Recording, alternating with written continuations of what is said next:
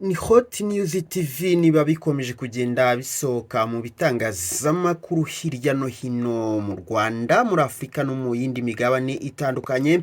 Ngende umuhungu wanyu Mr. Habu Big Baby Mind Joke mbangarutse kugira ngo tugende turebera hamwe amakuru abakomeje kugenda avugwa mu bitangazamakuru hirya no hino, ndetse narimo kugenda abera aho dutuye. Muri aka kanya rero, mbere yuko ninjira muri iyi nkuru y'uyu munsi, ndagira ngo mbisabire nyamuneka akantu kamwe. Munyemerere tubanze twumve ko tugomba kwiyubaka mu mutima wa kimuntu tukajugunya umutima wa kinyamaswa, dore ko iyo urebye hirya no hino hakomeje kugenda harangwa umutima navuga ko ari uwa kinyamaswa ku bantu bamwe na bamwe. Nkuko mubibona rero, iyi foto tubasanyizeje ku screen yanyu, murabona ko harimo umuhungu n'umukobwa. Uyu ni wa muhungu wigaga muri EPRC Tumba mu karere ka Rulindo. Uwo mukobwa uri hirya ni wa mukobwa wari wagiye gusura uyu muhungu, bikarangira abaturage baje gusanga yaba uriya mukobwa yaba n'uwo muhungu bose bitabye Imana bari muri ghetto.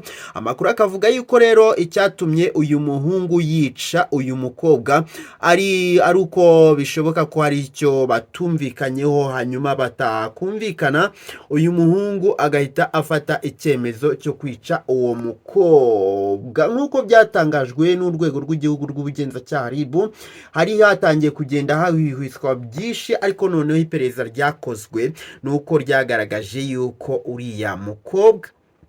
uriya mukobwa yishwe n'uyu muhungu. Mbese muri make umuhungu yishe uyu mukobwa, arangije kumwica nawe ahita yimanika mu kagozi nyuma yuko yarabonye yuko ntaho yahungira, nta mahungiro yabona.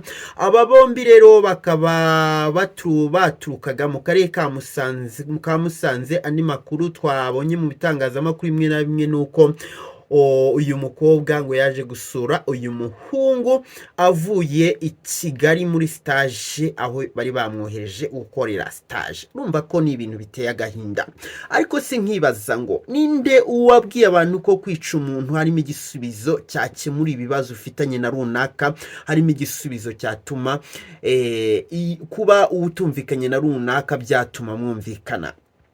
Nyamuneka rero nimureke twiyubakemo umutima wa kimuntu kurenza uko twakwiyubakamo umutima wa kinyamaswa, kuko ibisigaye bibera hirya no hino ndabona ari amahano, ndabona ari amabara arengeje ukwemera. Si byose ni munyemerere rwose abantu mudukurikira, twumve ko kwica mugenzi wacu nta mumaro, twumve ko gukemuza ibibazo kwica umuntu nta gisubizo kirimo, ahubwo twashaka ibindi bisubizo ku ruhande, aho kugira ngo twumve ko tugomba gukemuza ibibazo kwica bagenzi bacu.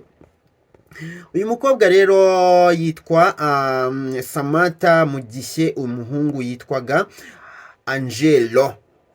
Ngayo nguko bose ubungubu bakaba batagihumeka umwuka w'abazima biturutse kuri uyu muhungu wishe uyu mukobwa, yarangiza yabona nta mahungiro nawe agahita yimanika muri supaneti. Abaturage nibo baje kuba bahuruza ubuyobozi, basanze urugi rufunze kandi bazi ko aho hantu hakagombye kuba hari umuntu.